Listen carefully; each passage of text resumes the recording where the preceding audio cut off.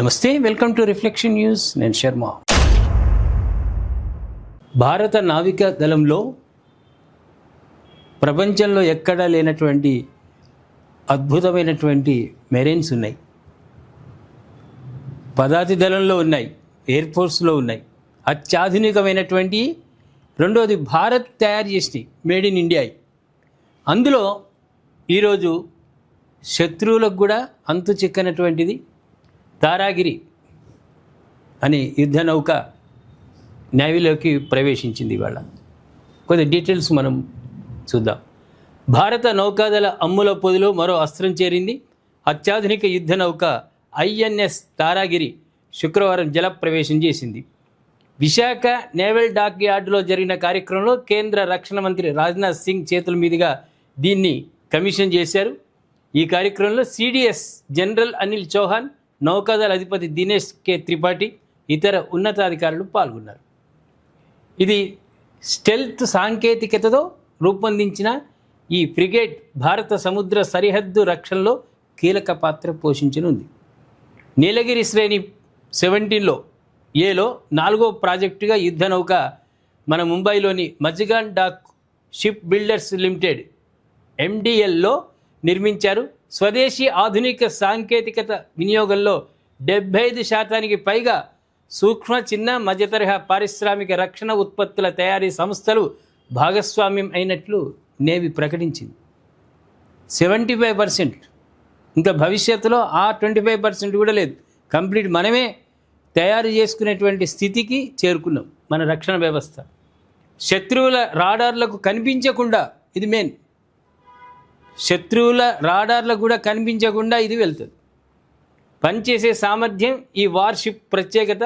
INS తారాగిరిని గత ఏడాది November 28 నేవీకి అప్పగించారు. అధికారికంగా ఈరోజు సముద్ర తీరాల్లోకి దించేసారు దాన్ని. అంటే దీని పనితనం ఏంటి, దీని విశేషాలు ఏంటి అంటే 149 మీటర్ల పొడవు, 17.8 మీటర్ల వెడల్పుతో 6670 టన్నుల బరువుండే INS Taragiri combined diesel and gas ఆధారిత ప్లాంట్తో సముద్ర జలాల్లో గంటకు 28 నాట్స్ వేగంతో ప్రయాణించగలదు. డీజిల్ లభ్యం కాకుండా గ్యాస్, 2 విధాలుగా దాన్ని నడిపించవచ్చు సముద్ర తీరంలో. ఇందులో నిశ్శబ్ద ఫిరంగులతో కూడినటువంటి ఆధునిక టెక్నాలజీ ఉంది.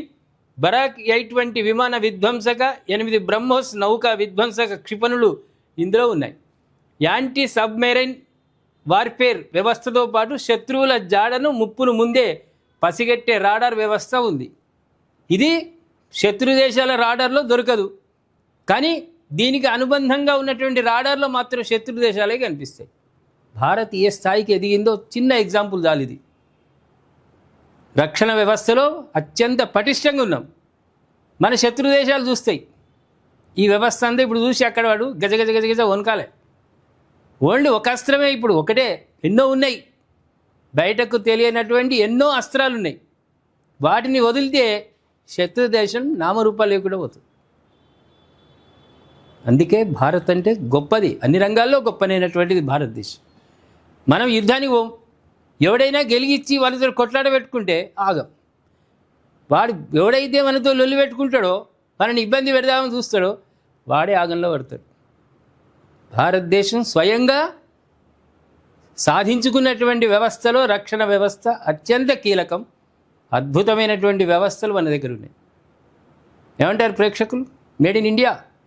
అన్ని రంగాల్లో ఉన్నాం. రక్షణ వ్యవస్థలో కూడా మన వాళ్ళు తయారు చేసినటువంటి రక్షణ వ్యవస్థ పటిష్టంగా ఉంది, రాడార్కు చిక్కనటువంటిది. దయచేసి దీని మీద కామెంట్ రూపంలో తెలియజేయండి. అదేవిధంగా సబ్స్క్రైబ్ చేసుకోండి, షేర్ చేయండి.